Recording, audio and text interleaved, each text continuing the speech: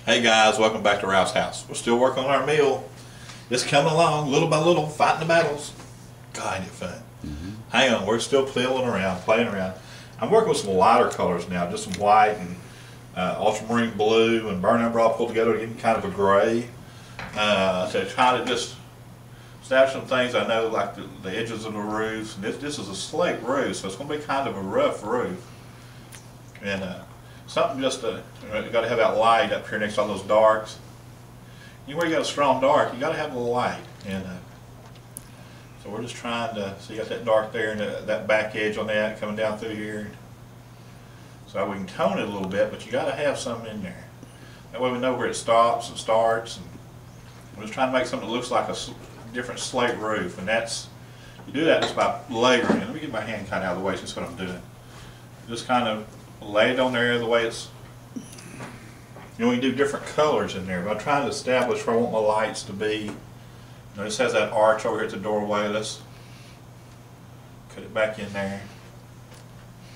Something we can paint. This is kind of more of a square doorway here.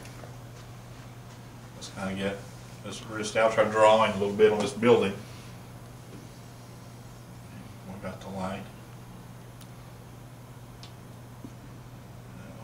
Thing there, and the corner of my building here, and let's come up here, but there's a doorway. Let's get that straightened back out. So just chops with a brush, individual strokes. So you just lay it in there. Again, that where that's, lay that down flat. Top of that millstone over there. Millstone just laying there. Just something to paint into. Something to paint into. That's all I'm doing. Let's get this established. Our stones that'll be in here. We gotta put some colors, stone colors back into this, but we'll get to that. We're still drawing this section. You can tell I'm not real concerned about all the details yet. We're just trying to get in there. And we can use white, you take out a lot of your color, but we'll put the color back in. But we're just trying to establish some light places, like tops of these rocks. And just, and sorry Michael. You're good. Okay, I'm good. And where the light's hitting on it. Well, no, you're really not. Hold on. Okay, that's all right. That's, I'll move back up. I'll move back up. Okay. Back, see all that dark trees right there? Let's use that to help define the back edge of that right there. See that? And then our darks under here. So let's catch light next to the dark. So as we'll glaze over and develop some colors into that. The wheel's coming okay, but there's some things missing on the wheel. We've got to get back into this picture. I'm going to grab some burnt sienna, put in here. Yellow ochre. Might as well grab a little touch of green to put in here with it.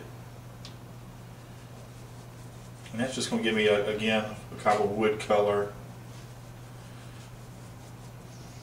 Because what we don't have is the supports that holds this up overhead. And the way this was designed, and I thought it was pretty ingenious, they ran a board from here, straight across, over to here. And this is supported here by rocks and everything over here. So we'll do this. That has that. And then they put a cross member that ran under up here to support that. But they ran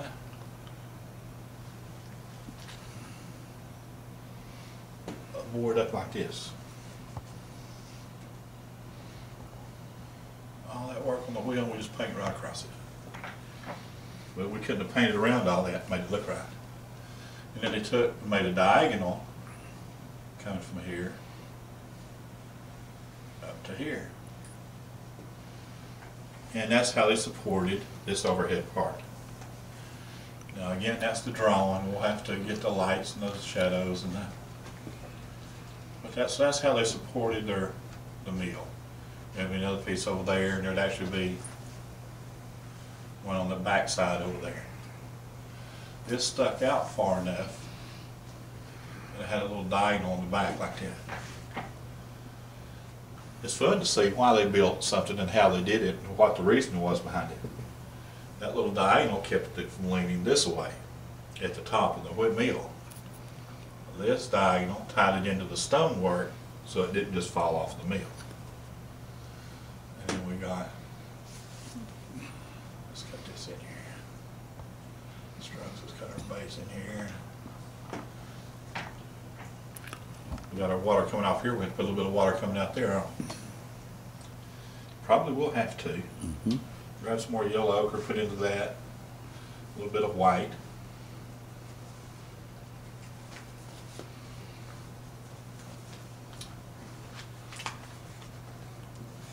And that's a good color for what we're doing. The end of that, just the top is in the light, that part of the diagonal. As the sun's coming from that back edge, just pull that down in there like that. How's that? Is that a good color to work for that? We got this diagonal coming down to here.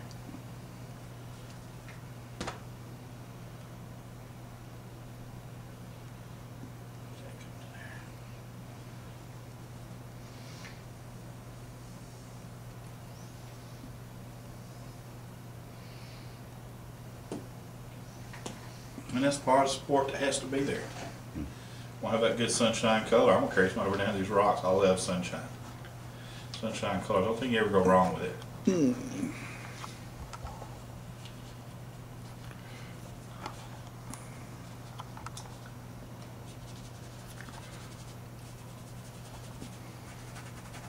Sunshine color. That's amazing how we paint. Something just strikes you. You like it. Move it into the picture. Oh yeah, I forgot. Sorry, Mike. Yeah, it's okay. It's a cruel world. We're going back up? Okay.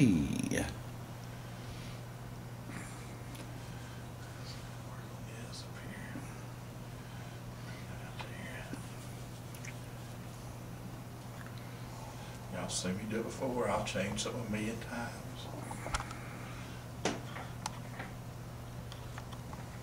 When I put that light on, it took all my darks out, so I have to put the darks back in. But we always have to do that, and we know that. Getting a good sunshine color, let's get on this roof.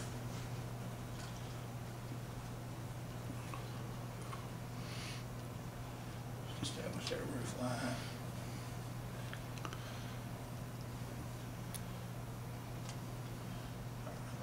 That millstone there. There you go. No, okay. It's okay. Keep up. Got reflection in the water there.